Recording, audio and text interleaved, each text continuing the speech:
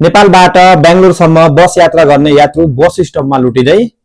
नमस्कार दशबिन, म हो खबर प्रस्तोता दिनेश जोरा। तपाईं हेर्दै हुनुहुन्छ शिखर खबर। शिखर खबरमा स्वागत छ।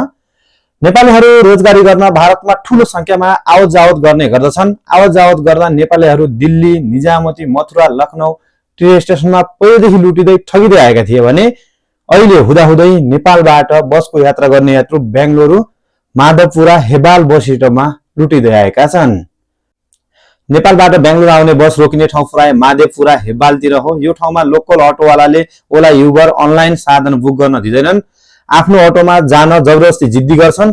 जबरजस्ती अटोमा हालेर जंगलतिर एकान्त ठाउँ लगेर अरू लोकल बोलाएर झगडा गरी भाडा बढी माग्ने, पैसा, मोबाइल, यात्रुसँग भएका धन सम्पत्ति लुट्ने, कुट्ने, ठग्ने, बैंकमा भएको पैसा फोन पे, गुगल पेबाट फ्रड एकाउन्टमा ट्रान्सफर, ठगी धन्दा अटोवालाले गर्दै आएका छन्।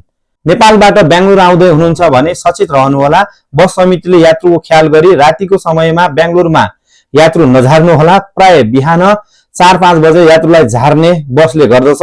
यसो गर्दा यात्रुलाई लुट्न अटोवालाले मौका पाउने गर्छन्। बस समितिले ध्यान दिनुहोला। मानव जीवनमा आवश्यक पर्ने विवरण संकलन गरी सूचना, समाचार, विज्ञापन प्रसारण गर्ने गर्दछौं। शिखर खबर पेजलाई फलो वा लाइक गरेर जोडिनुहोला। शिखर खबर हेर्दै गर्नुहोला। धन्यवाद।